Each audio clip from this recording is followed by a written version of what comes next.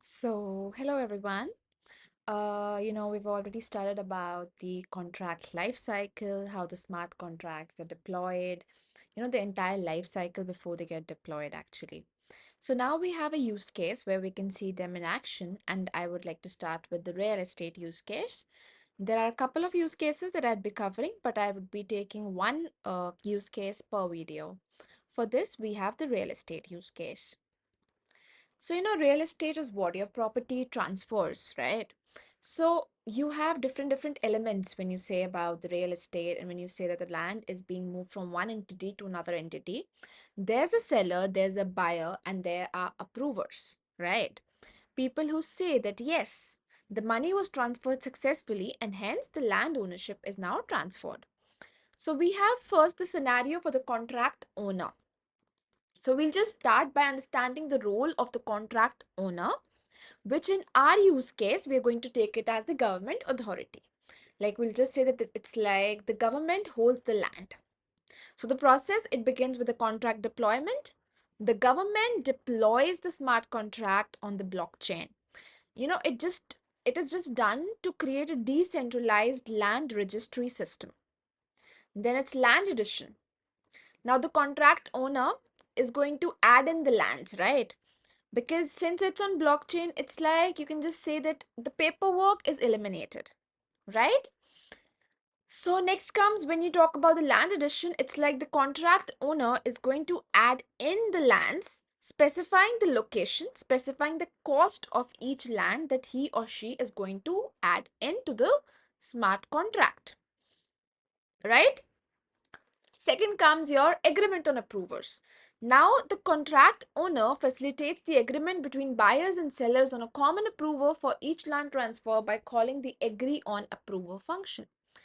It's like you have a buyer, you have a seller.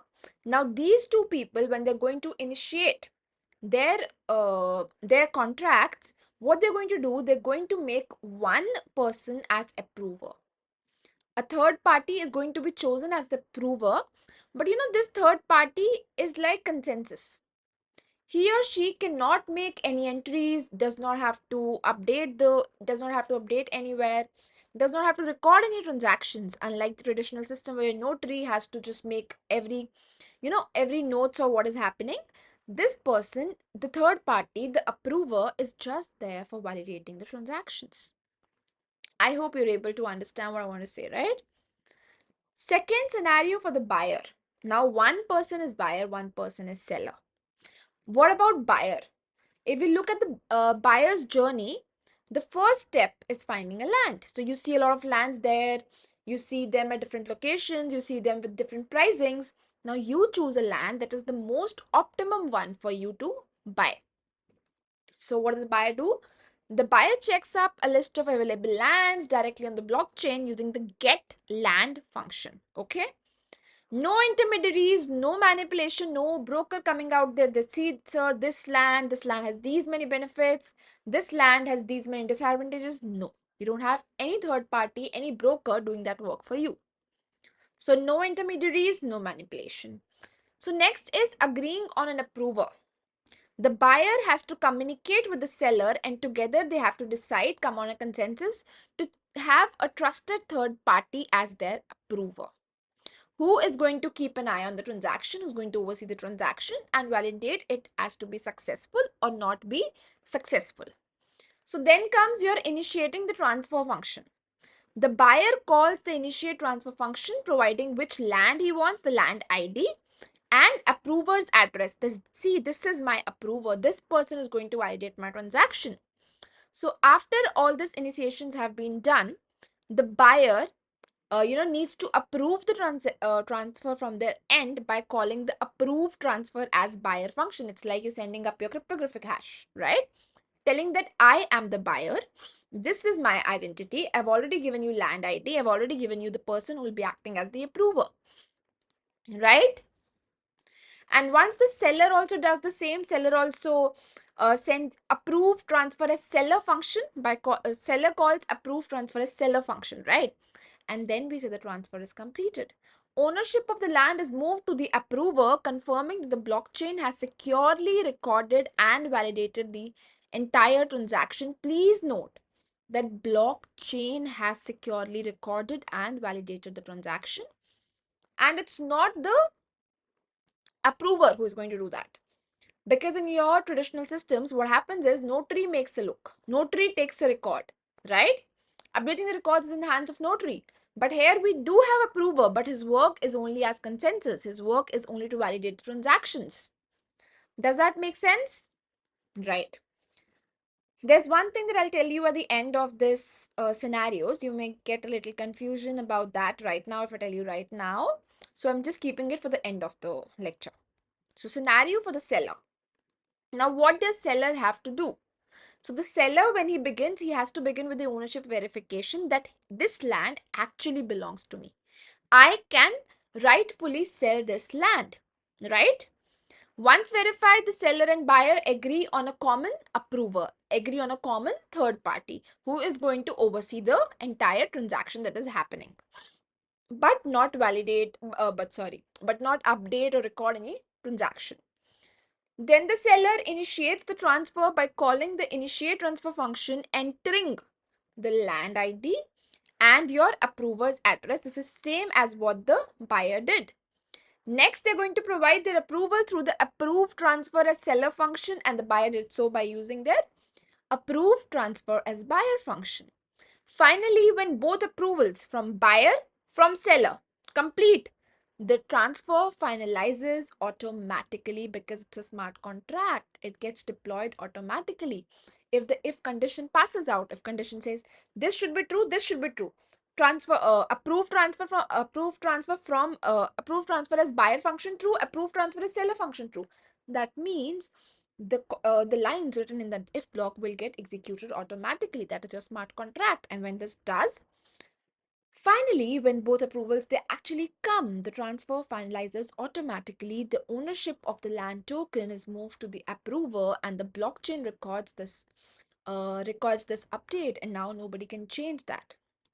So this is going to ensure a seamless, a trustworthy property exchange with no scope for fraud, with no scope for any kind of disputes. So now if we see this in detail, selling the land and agreeing on an approver, that is your first point, right? So what happens here? The seller decides to sell their land, and what do? First, they have to agree on with the buyer on who the approver is going to be.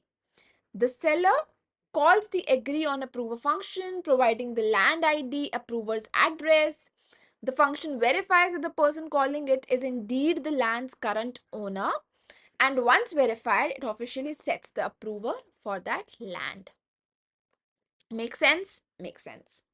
Step 2 is initiating the transfer, which is performed by the buyer. The buyer calls the initiate transfer function, again providing the land ID, the approver's address. The contract is going to check whether the caller is a valid buyer and ensures the land is still available for sale, right? This person can initiate a transaction, can initiate a contract, but the land that it is sending in for, the land ID that it is passing into the function, should also be vacant, should also not be taken up, right? So the contract checks whether the caller is a valid buyer and ensures the land is still available for sale. Once confirmed, the buyer's approval status marked as buyer approved is updated on the chain. And this step locks the intent of purchase securely in the blockchain ledger. Then approval from seller and buyer. So finally, now the transfer has moved into the approval stage. So in step 3, what happens is both parties must approve the deal. One approves as approve transfer as buyer, and one approves as approve transfer as seller. If both of them are approved, we say that the land has now been moved to the other party, and the money, the amount, has been moved to the other party. Okay. Then okay, completing the transfer. So what does the function do? It checks if both buyer approved, seller approved are set to true, and if that is so, your ownership of the land token is moved from seller to the agreed approver. The land sale status is reset to 0, marking it as no longer available for sale, and the land cost is transferred to the seller automatically through the blockchain. So in short, if you see the entire system, it gives you the sense that it is so secure, it is so fraud free, dispute free, right?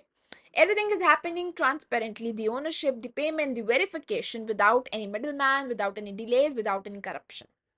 Makes sense? Now the thing is, if you see in the last, the cost of the land is transferred to the seller, but the agreed upon approver takes ownership of the land token. This was what I wanted to discuss with you in the end of this lecture. So you might be thinking that why is approver getting the land and why is not my buyer getting the land, right? While it should be the buyer getting the land. So what happens is approver, it basically takes the land from seller, saying that now seller does not have the land, right? Because everything is done, the money has been transferred, everything has been done. But approver, this is the case where the buyer has to get some documents ready, some things ready, and then the ownership would be transferred from my third party owner to the buyer. But if you just remit those cases, if you just, keep aside those cases, you can directly say that this land has to be transferred to the buyer, because the land basically has to be transferred to the buyer. But the reasoning behind writing it here, that the ownership of the land token goes with the third party approver, is that they keep in the land from the seller, they take in the land from the seller, so that seller cannot say that I still have that land. The ownership is marked from seller to approver, and you sending the approver IDs, right? So you know that this land, this person was the approver. So if tomorrow he says that this is my land, it's not possible, right? Because he was the approver for those lands. So what happens is, until the buyer has the documents ready, the KYC is everything done, this land stays here, and then this land gets transferred to the buyer in the next step, which at times gets omitted out of the entire smart contract, because then there's nothing more than the validation step to be done. But yes, you can directly move it from here. You can also write the agreed upon buyer will is going to take the ownership of the land. But if you're just here for educational purpose, looking to look into this video, I think you understand the case. But if you're here for some college examinations or some kind of examinations, you need to check in with your respective faculty or respective people, if what is the case here, and why do you still do they still want you to go with the approver, or is it fine if you go with the buyer getting the land in the end of the smart contract? With this, I shall take your leave. If you liked in the video, just go in, like the video, and subscribe to the channel, because I have more videos coming in. Thank you so much. Bye bye.